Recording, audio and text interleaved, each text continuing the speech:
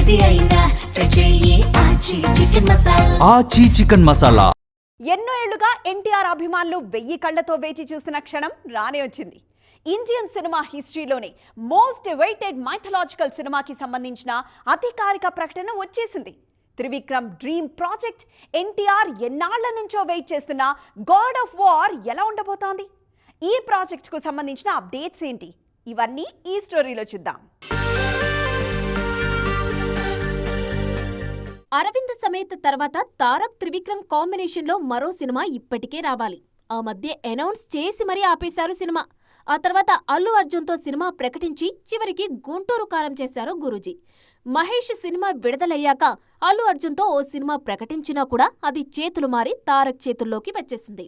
నిజానికి అల్లు అర్జున్ త్రివిక్రమ్ కాంబినేషన్ లోనే God of war రావాల్సి ఉంది. అధికారిక ప్రకటన వచ్చిన తర్వాత ఈ ప్రాజెక్టులో హీరో మారిపోయారు. ఇందులో తాను కార్తికేయ స్వామిగా నటించబోతున్నట్లు అధికారికంగా ఎన్టీఆర్ కన్ఫర్మ్ చేశారు.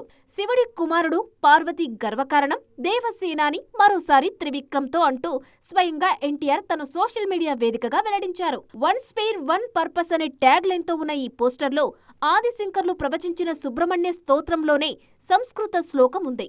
నాకు శబ్దం తెలియదు, అర్థం తెలియదు, పద్యం తెలియదు, గద్యం తెలియదు, 6 ముఖములు గల నా రూపం నా మనసులో ప్రకాశిస్తుంది అనేది దీని తెలుగు అర్థం. డ్రాగన్ తర్వాత తన పూర్తి ఫోకస్ ఈ సినిమాపైకి షిఫ్ట్ చేయనున్నారు తారక్. కార్తికేయ స్వామిగా ఎన్టీఆర్ నటిస్తున్నారనే విషయం తెలియగానే తమ క్రియేటివిటీకి పని చెప్పడం మొదలు పెట్టారు ఫ్యాన్స్. సోషల్ మీడియాలో తారక్ ను ఆ కుమారస్వామి లుక్ లో ఉన్న ఫోటోలను, వీడియోలను ఏఐలో ఎడిట్ చేస్తున్నారు. ఇవి కూడా బాగా వైరల్ అవుతున్నాయి. హారిక హాసిని, ఎన్టీఆర్ ఆర్ట్స్ బ్యానర్స్ ఈ సినిమాను సంయుక్తంగా నిర్మిస్తున్నాయి.